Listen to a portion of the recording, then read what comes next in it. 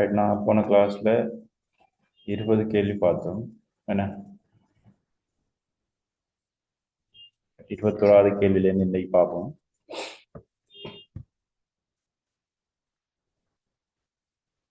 Right, 21வது கேள்வி. ஒரு கடையில் ஒரு நீளமான செவ்வக சுருள்தாள் உள்ளது. அதிலிருந்து ஒரு தொகை சிறிய சதுரங்கள் வெட்டி எடுக்கப்படணும். அவை செவ்வக சுருள்தாள் ஒன்று, அவை பெரிய செவ்வக சுருள்தாள் ஒன்று. இதில் நீங்கள் சிறிய சதுரங்கள் வெட்டி எடுக்கப்படணும். அவை சிறிய சிறிய சதுரங்களாக இதை நீங்கள் வெட்டி எடுக்க போறீங்க.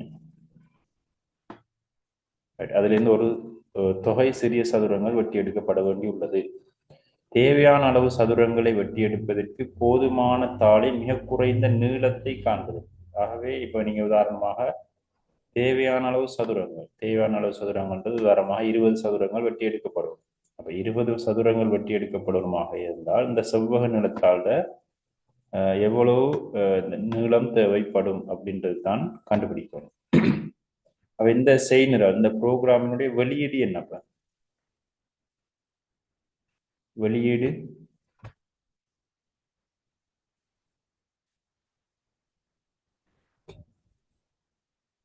இந்த ப்ரோக்ராமினுடைய வெளியீடு என்னவாக வரும்?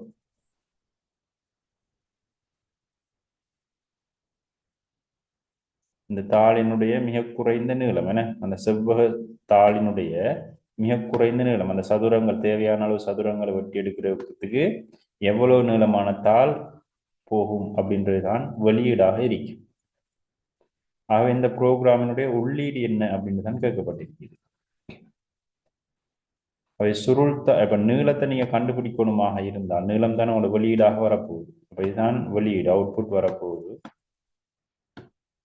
அப்ப எவ்வளவு போகும்னு நாங்க பாக்குறதுக்கு இந்த அகலத்தை நாங்க உள்ளீடாக கொடுக்கணுமா கொடுக்கக்கூடாதா? சுருள்தாளின் அகலம், அவை அகலமும் தெரிஞ்சால்தான் நீங்க என்ன செய்யலாம், அந்த செவ்வகத்தின் எண்ணிக்கைக்கு ஏற்ப நீளத்தை நீங்க என்ன செய்யலாம், எவ்வளவு நீளம் போகும்ன்றதை நீங்க கண்டுபிடிக்கலாம். அவை அகலம் உங்களுக்கு தெரிஞ்சிருக்கணும். அவை அகலத்தை நீங்க வந்துட்டு உள்ளீடாக கொடுக்கப்படணும். அதே மாதிரி எத்தனை சதுரங்களின் எண்ணிக்கை எத்தனைன்னு கொடுக்கணும். இப்போ இந்த நீளத்தை கண்டுபிடிக்கணுமாக இருந்தால் எத்தனை சதுரங்கள் நீங்க இதுல இருந்து வெட்டி எடுக்க போறீங்க அப்படின்றத சொன்னால்தான் இதுல எவ்வளவு நீளம் போகும்ன்றதை நீங்க என்ன செய்யலாம், கண்டுபிடிக்க இயலும். ஆகவே சதுரங்களின் எண்ணிக்கையும் உள்ளீடாக கொடுக்கப்படும். அதே நேரம் இந்த ஒரு சதுரத்தினுடைய ஒரு பக்க நீளமும் உள்ளீடாக கொடுக்கப்படும். இது கிளியரா? உதாரணமாக இது 10 சென்டிமீட்டர்னு கொடுக்குறோம். விளங்கல? ஒரு பக்க நீளம் கொடுக்கணும் சதுரத்துல கொடுக்கணும்னால் இப்போ உதாரணமா நான் அகலம் கொடுக்குறேன் 10 சென்டிமீட்டர்னு கொடுக்குறேன், சரிதானே? அப்ப நீங்க இந்த நீளத்தை தானே கண்டுபிடிக்கணும். அப்ப அகலம் 10 சென்டிமீட்டர், நீங்க உருவாக்கணும் 20 சதுரங்கள் உருவாக்கணும் வைக்கணும். உதாரணமாக 20 சிறிய சதுரங்கள் வெட்டி எடுக்கணும். ஆனா 20 சிறிய சதுரங்களும் ஒரு சதுரத்தின் ஒரு பக்க நீளம் தெரிஞ்சதை நான் கண்டுபிடிக்கலாம். இப்போ உதாரணமா நான் சொல்றேன், ஒரு பக்கத்தின் நீளம் 2, சதுரத்துல சிறிய சதுரத்தை ஒரு பக்கத்தின் நீளம் 2. அப்ப 2 4 வரும்.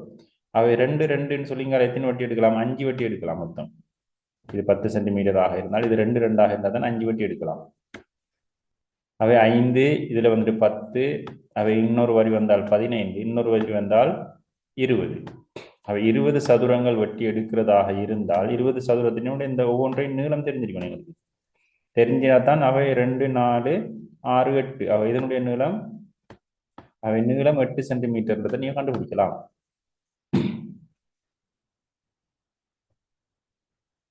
இந்த செவ்வக சுருள்தாரின் நீளம் தானே நீங்க கண்டுபிடிக்கணும். அவை அகலம் தெரிஞ்சிருக்கணும்.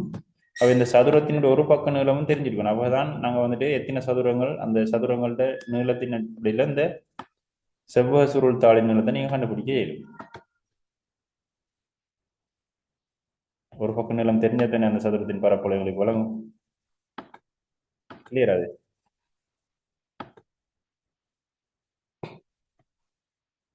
ஓகே.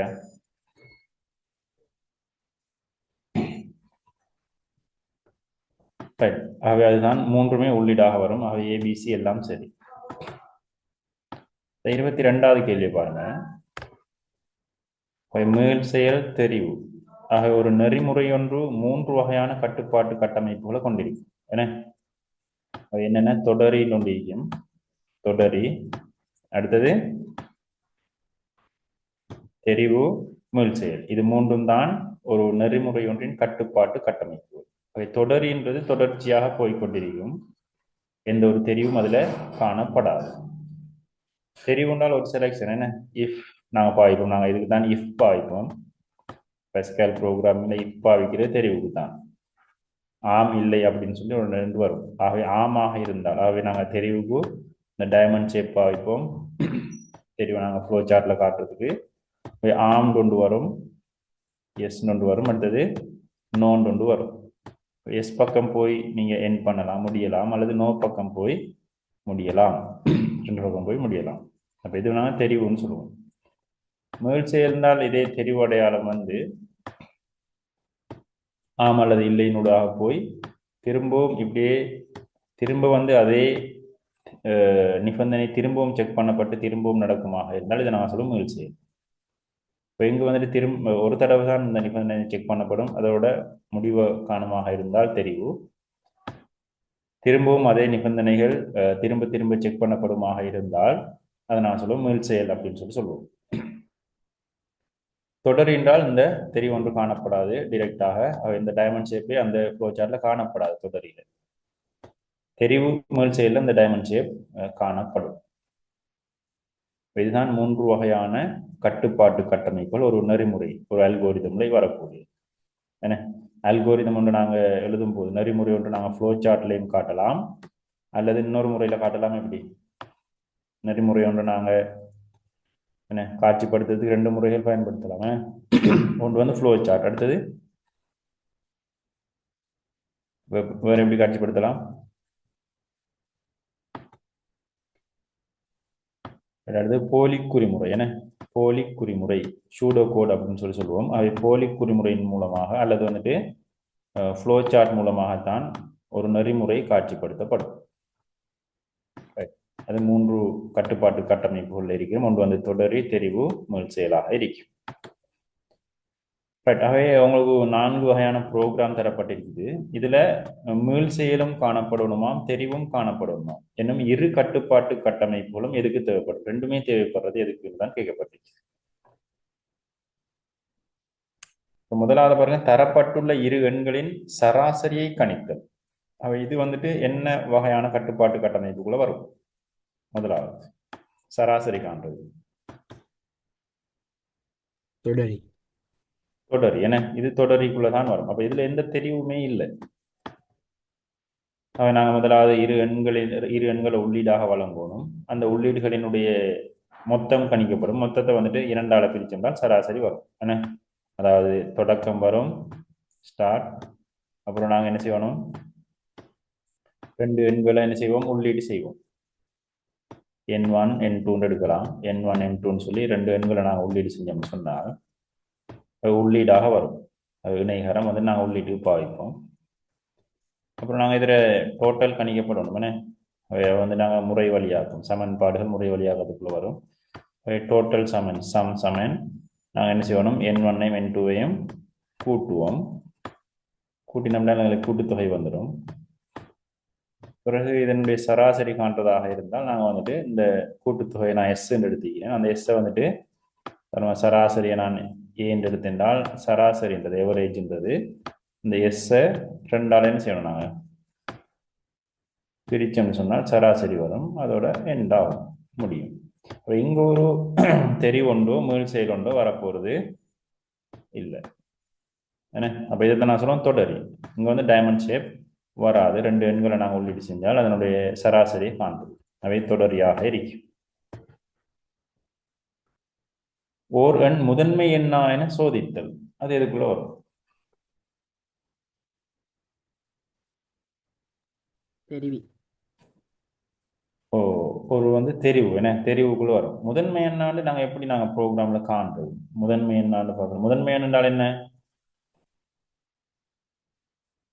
முதன்மை எண்ன்றது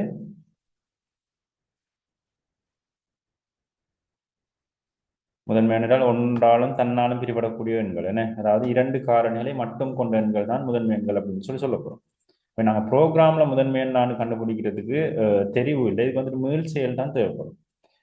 ஏன்னு சொன்னால் நாங்கள் இப்போ உதாரணமாக 10 ஒரு இலக்கத்தை கொடுத்தால் 10 முதன்மை எண்ணான்னு கண்டுபிடிக்கிறேன்னு சொன்னால் நாங்கள் முதலாவது 2 தொடக்கம் 9 வரையான இலக்கங்களால பிரித்து பார்ப்போம்.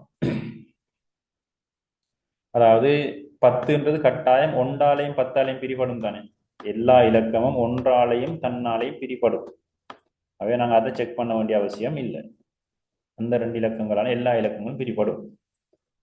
அவை முதன்மை எண்ணாக இருந்தால் அதுக்கு இடைப்பட்ட எண்களால பிரிபடக்கூடாது.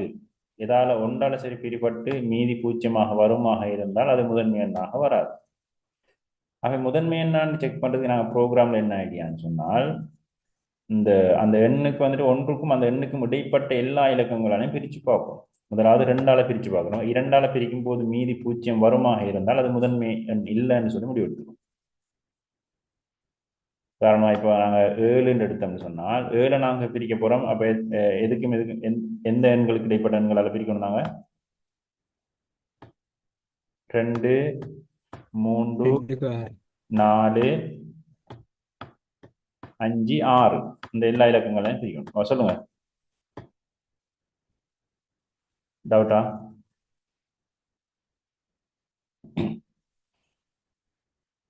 ஏழு முதன்மை எண்ணான்னு பார்க்கறதுக்கு நான் முதலாவது இப்போ இது வந்து 1ஆலையும் 7ஆலையும் பிரிக்க வேண்டிய அவசியம் இல்லை, கட்டாயம் அது பிரிப்படும். முதலாவது நான் என்ன செய்யணும்னா 2ஆல பிரித்து பார்ப்போம். 2ஆல் பிரிக்கும் போது மீதி பூஜ்ஜியம் வருதான்னு பார்ப்போம். மீதி பூஜ்ஜியம் வந்தால் உடனே நிப்பாட்டுவோம், ப்ரோக்ராம் எண்ணாமல் அது முதன்மை எண் இல்லைன்னு வந்துடும். ஆனால் 2ஆல பிரிக்கும் போது இந்த மீதி பூஜ்ஜியம் வராது. அடுத்ததாக அதுக்கு அடுத்த இலக்கத்தால் பிரிப்போம். 3ஆல பிரிக்கும் போது மீதி பூஜ்ஜியம் வராது. 4ஆல பிரித்து பார்க்குறோம், 4ஆலையும் பிரிப்படுவதில்லை. 5ஆல பிரித்து பார்க்குறோம், 5ஆலையும் பிரிப்படுவதில்லை. 6ஆல பிரித்து பார்க்குறோம், 6ஆலையும் பிரிப்படுவதில்லை. இந்த இடைப்பட்ட எண்கள் ஒன்றுக்கும் அந்த எண்ணுக்கும் இடைப்பட்ட எல்லா இலக்கங்களையும் பிரித்து பார்க்குறோம், மீதி பூஜ்ஜியம் வர இல்லை. ஆகவே இது ஒரு முதன்மை எண் அப்படின்னு முடிவெடுக்கும். ஆக இது வந்து திரும்ப திரும்ப நடக்கணும். என்ன, 2ஆல பிரிப்போம், அதுக்கு அடுத்த இலக்கத்தால் பிரிப்போம் அப்படின்னு சொல்லி 6 வரைக்கும் பிரிப்போம். ஆக இங்கே பிரிப்படுறதுனால எல்லா இலக்கத்தாலும் பிரித்து பார்க்குறோம்ன்றதுனால இங்கே மீள் செயல் வரும். இது வந்து மீள் செயலுக்குரிய ஒரு ப்ரோக்ராம் தான் அது வரும்.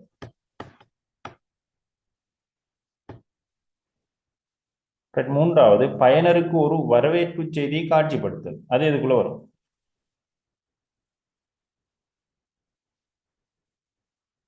பயனருக்கு ஒரு வரவேற்பு செய்தியை காட்சிப்படுத்தல்.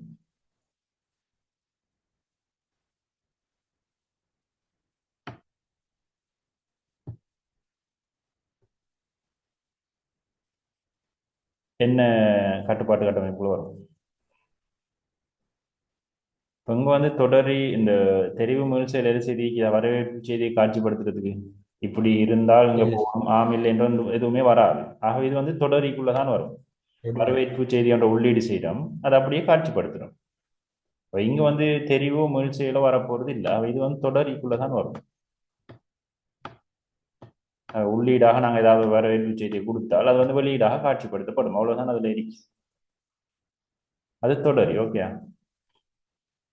முதல் 20 இரட்டை எண்களை அச்சிடுதல். இதுல மேல் செயலும் வரும்.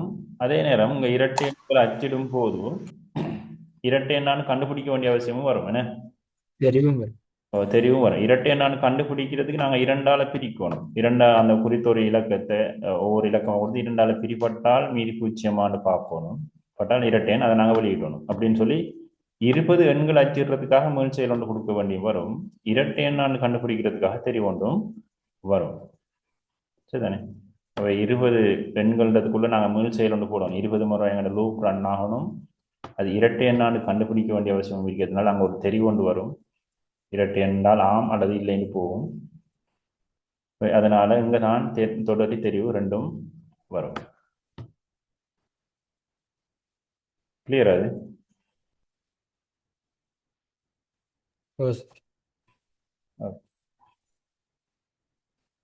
23வது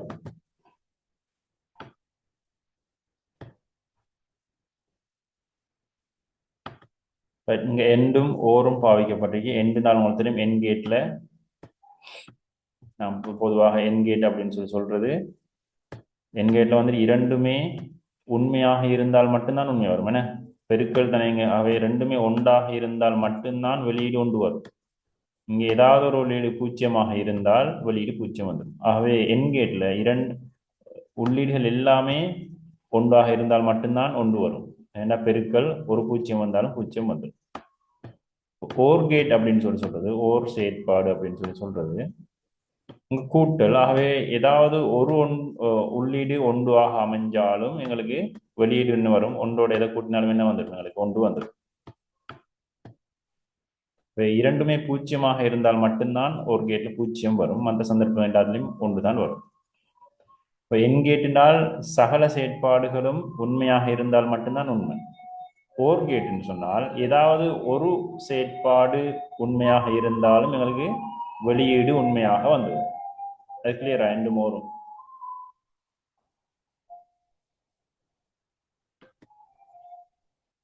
எல்லாருக்கும் அதில் கிளியர் தானே ஏதாவது டவுட்னா கேட்டுக்கொள்ளுங்க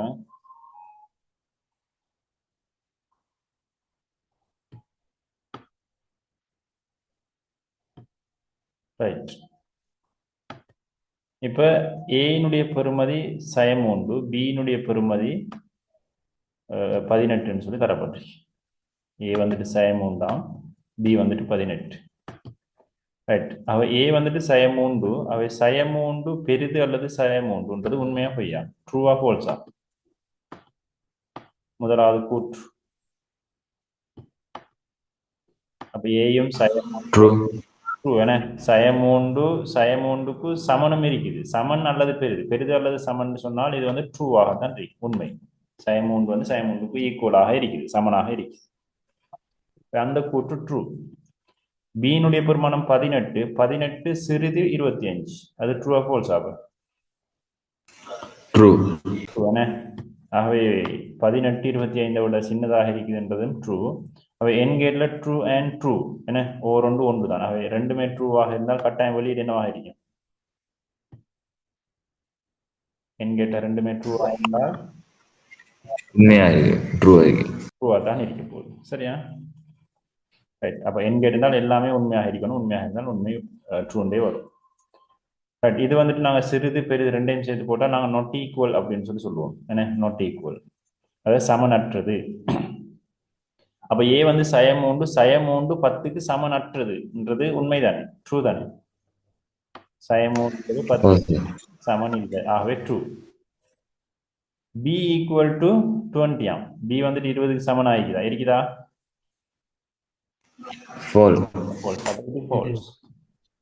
அவை எண்ட்ல வந்துட்டு ரெண்டுமே உண்மையாக இருந்தால் மட்டும்தான் உண்மை ட்ரூ அண்ட் ஃபால்ஸ் என்றால் இது ஒன்று இது பூஜ்ஜியம் நாங்கள் ஒன்று தர பூஜ்ஜியம் ஆகிரும் ஆகவே இது வந்துட்டு ஃபால்ஸ் இதுக்கு ஃபால்ஸ் ஏ வந்துட்டு பூஜ்ஜியத்தோட பெரிதுன்றது உண்மையா பொய்யா ஏ வந்து சயமூண்டு பூஜ்ஜியத்தோட பெரிதாக இருக்குதா அப்ப இது வந்துட்டு ஃபால்ஸுக்கு நீங்க ஃபால்ஸுக்கு நோட் எடுத்தீங்கன்னு சொன்னா இவ்வளவும் சேர்ந்து ட்ரூ ஆயிடும் பி வந்து 15 விட குறைவாம் 15 விட குறைவாக இருக்குதா இல்ல ஏன்னா நாங்க அதை பார்க்க வேண்டிய அவசியமே இல்லை என்று சொன்னால் ஓர்ல வந்துட்டு ஏதாவது ஒன்று உண்மையாக இருந்தால் மிச்சத்தை பார்க்க வேண்டிய அவசியமும் இல்லை நீங்க கட்டாயமா அது ட்ரூவா தான் இருக்கீங்க ஓர்ல வந்துட்டு ஒரு ட்ரூ வந்தால் போதும் அந்த செயற்பாடே ஃபுல்லா ட்ரூவாகத்தான் இருக்கு ட்ரூ ஃபால்ஸ் ட்ரூன்றது தான் வருது உண்மை பொய் உண்மை 4வது விடையாக இருக்கு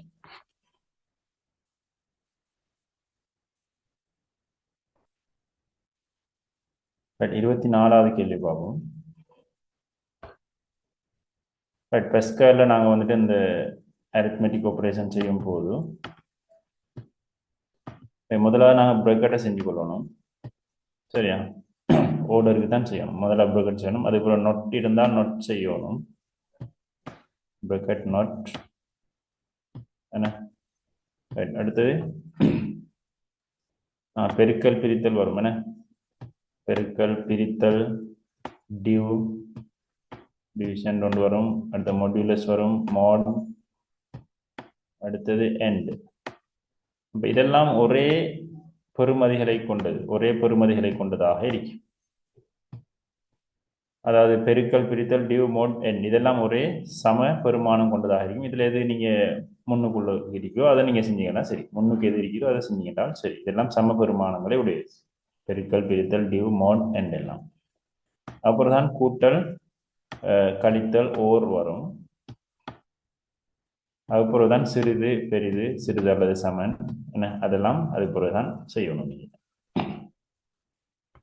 இங்க நாங்க முதலாவது செய்ய வேண்டியது அப்ப என்னது, பிரக்கெட் தானே செய்யணும். பிரக்கெட் செஞ்சால் 5 3 கூட்டினால் என்ன வரும்? 8 8 பெருக்கல் 2 இருக்குதானே. 8 பெருக்கல் 2 என்னப்ப 16 16 என்ன. இங்கால 10 டிவ் 2ன்னு சொல்லி இருக்கு. அப்ப 8 2 16ன்னு சொல்லி வரும். 16 டிவ் செஞ்சுட்டு தான் நீங்க கழித்தல் கடைசியாக தான் நாங்கள் செய்யணும். அவை டிவ் செஞ்சுட்டு தான் நீங்க என்ன செய்யணும், கழித்தலுக்கு போகணும். அவை கழித்தலை நீங்க செய்யல. 16லேருந்து 10 கழிக்கிறது இல்லை. அவை கழித்தல் செய்யணும். இந்த டிவை முடிச்சு போட்டு அவை 10 டிவ் 2 டிவிஷன் 5 10 5 2 எத்தனை முறை இருக்குதுன்னு சொல்லி பார்க்கணும். 5 மொடியூலஸ் தான் மீதி 10 10 மொடியூலஸ் 2 வந்தால் 10 2ஆல் பிரிக்கும் போது மீதின்னு வரும். இது வந்துட்டு மீதி. இது வந்து நான் சொல்லுவோம் ஈவு, அதாவது எத்தனை இருக்குதுன்னு சொல்லி பார்க்குறது. ஈவு அது மீதி. 10ல் 2 5 முறை இருக்குது. 16ல் இருந்து 5 கழிக்கணும். 16ல் 5 கழிச்சால் 11 வரும். ரைட். 25வது கேள்வி பார்ப்போம். 3 ப்ரோக்ராம் தரப்பட்டு 3 டைம் அவுட்புட் நாங்கள் முதலாவது காணுவோம். ஏற்கனவே நாங்கள் நெறிமுறை ஒன்றின் 3 கட்டுப்பாட்டு கட்டமைப்புகள்னு சொல்லி பார்த்தோம். ஏன்னா தொடரி, தெரிவு, மீள் செயல்னு சொல்லி பார்த்தோம். இந்த வயல் நாங்கள் எதுக்கு யூஸ் பண்ணுவோம்? வயல் மேல் செயல் என்ன, ஒரு மேல் செயல். அதே மாதிரி ஃபோர்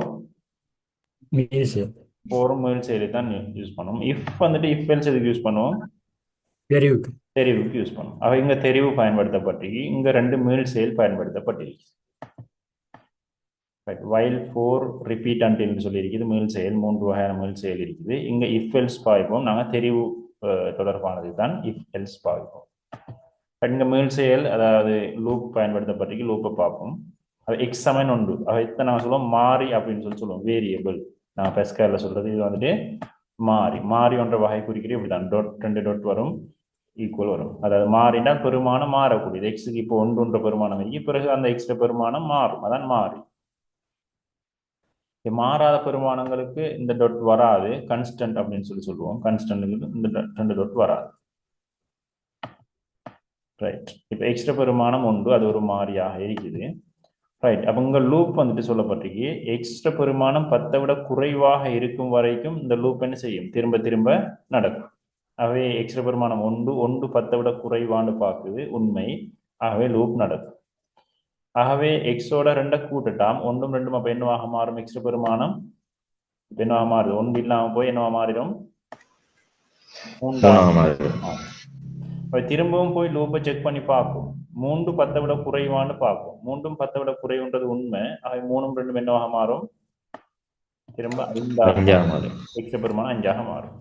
திரும்பவும் 5 கொண்டு போய் பார்க்கும் லூப்புக்குள்ள. 5 10 விட குறைவாக தான் இருக்கு. அப்ப திரும்பவும் உண்மை இருந்ததுனால 5ஓட 2 திரும்ப கூட்டிப்படும். அப்ப 5 2 என்னவாக மாறும்? 7ஆக மாறும். திரும்ப 7ஐயும் கொண்டு போய் செக் பண்ணி பார்க்கும் லூப்புக்குள்ள. 7 10 விட குறைவு. 7 10 விட குறைவுனா 7 உள்ளுக்கு போகும் திரும்ப. அப்ப 7 2 திரும்ப என்ன செய்யும்? 9ஆக 9ஐயும் போய் செக் பண்ணி பார்க்கணும். 9 10 விட குறைவுன்றதுனால 9 2 என்னவாக மாறும்? எக்ஸ்ட்ரா பெருமானம் 11ஆக மாறும். 11ஐயும் கொண்டு போய் செக் பண்ணி பார்க்கும். 11 10 விட குறைவாண்டு பார்க்கும். 11 10 விட குறைவுன்றது ஃபால்ஸ், பொய். ஆகவே அதோட லூப் என்ன செய்யும்? பிரேக் ஆயிடும். அதுக்கப்புறம் லூப் நடக்காது. ஆகவே எக்ஸுக்கு கடைசியாக வந்த பெருமானம் என்ன?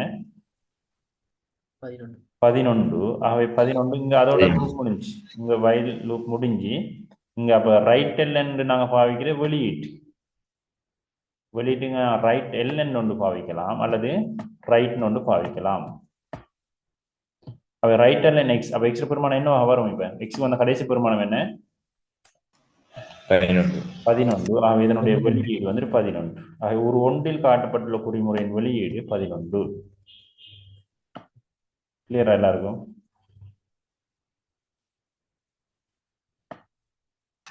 ஓ சார். ரைட், இதே ரைட் எல்என் இது லூப்புக்கு வெளியே இருக்குதானே? லூப் எல்லாம் முடிஞ்சது பிறகுதான் இங்க இருக்கு.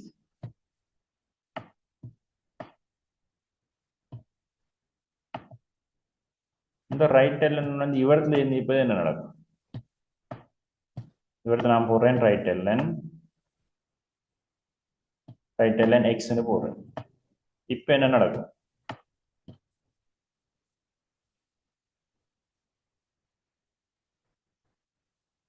இப்ப இதுக்கு என்ன விட வரும்? ரைட் எல்என் இங்க இல்ல, இந்த எக்ஸுக்கு நேருக்கு இவரத்துல ரைட் எல்என் 13 வரும். 13 வரும். இல்ல. ரைட், லூப்புக்கு உள்ள இருக்குது. இது வந்து நான் சொல்லுவோம் லூப்புக்கு இந்த ரைட் எல்என் வெளியீடு எங்க இருக்குது? லூப்புக்கு உள்ளே இருக்குது. இல்லைஞ்சா? ஒவ்வொரு முறை லூப் ரன் ஆகும் போதும் இந்த ரைட் எல்என் வந்துட்டு எக்ஸிக்யூட் ஆகும், வேலை செய்யும். ஒவ்வொரு முறை லூப் ரன் ஆகும் போதும் இந்த ரைட் எல்என் வேலை செய்யும் தானே? ரைட் எல்என் அவை ஒவ்வொரு முறை லூப் ரன் ஆகும் போதும் ஒரு வெளியீடு வந்துட்டே தான் இருக்கும். இது இந்த ரைட் எல்என் வந்து வயலுக்கு வெளியே இருக்கிறதுனால தான் லூப் எல்லாம் முடிஞ்சு ஒரு விட வருது, எங்களுக்கு ஆன்சராக ஒரு ஆன்சர் வருது. இதே வெளியீடு நீங்க லூப் உள்ள இருந்தால் ஒவ்வொரு முறை லூப் ரன் ஆகும் போதும் அந்த வெளியீடு எங்களுக்கு வந்துட்டு இருக்கு. கிளியரா? எங்களுக்கு முதல்ல 1 தானே போனுச்சு. 1 10 விட குறைவு, 1 2 எத்தனை 3. அந்த 3 என்ன செய்யுங்க? வெளியீடாக வந்துடும். ஏன்னா வயலுக்குள்ளே தானே இருக்குது. அதுக்கப்புறம் திரும்ப 3 10 விட குறைவான்னு பார்ப்போம். 3 2 5. அந்த 5 வெளியீடு செய்யறோம். அவை 3, அப்புறம் என்ன வரும்? 5 வரும். அப்புறம் 5 10 விட குறைவு, 5 2 7 என்றால் 7 வெளியீடாக வரும். திரும்ப 7 2 9 வெளியீடாக வரும். 9 10 விட குறைவு, 9 2 எத்தனை 11. 11 வெளியீடாக வரும். 11 10 விட குறைவான்னு பார்க்கிறோம், குறைவில்லை. அதுக்கப்புறம் லூப் ரன் ஆகும். அப்ப இவ்வளவும் வெளியீடாக வரும். கிளியரா?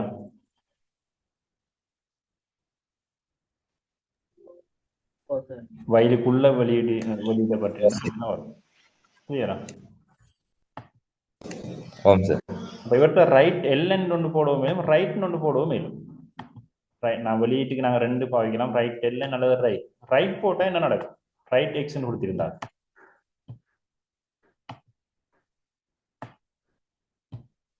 எல்லாம் சைடு சைடு பக்கத்து பக்கத்துல வரும். ஏன்னா ரைட் எல்என் போட்டால் ஒவ்வொரு வெளியீடும் கீழே கீழே வரும். ரைட் போட்டால் பக்கத்து பக்கத்துல தான் அவுட்புட் வரும். அவை 3 5 7 9 11 சொல்லி வந்து ரைட்டுக்கும் ரைட் எல்எனுக்கும் அதான் வித்தியாசம். ரைட் எல்என் போட்டால் ஒன்றொன்று நிறைய விடைகள் வரும்போது கீழே கீழே வரும். ரைட் போட்டால் பக்கத்து பக்கத்துல வரும். அதே மாதிரி தான் நாங்க உள்ளீட்டுக்கு ரீட் பாவிக்கலாம் அல்லது ரீட் எல்என் பாவிக்கலாம். ரீட் அல்லது ரீட் எல்என் ஒன்று பாவிக்கலாம். நாங்க உள்ளீட்டு எடுத்துக்கொள்றது. வெளியீட்டுக்கு ரைட் அல்லது ரைட் எல்என். கட்டாயம்னா ரீகனெக்ட் ஆகுங்க. ரைட், 2வது ப்ரோக்ராம்ல வெளியீட்டை பார்ப்போம் நாங்க. ரைட், வேரியபிள் இதுவும் பெஸ்கேல் ப்ரோக்ராம் உண்டு.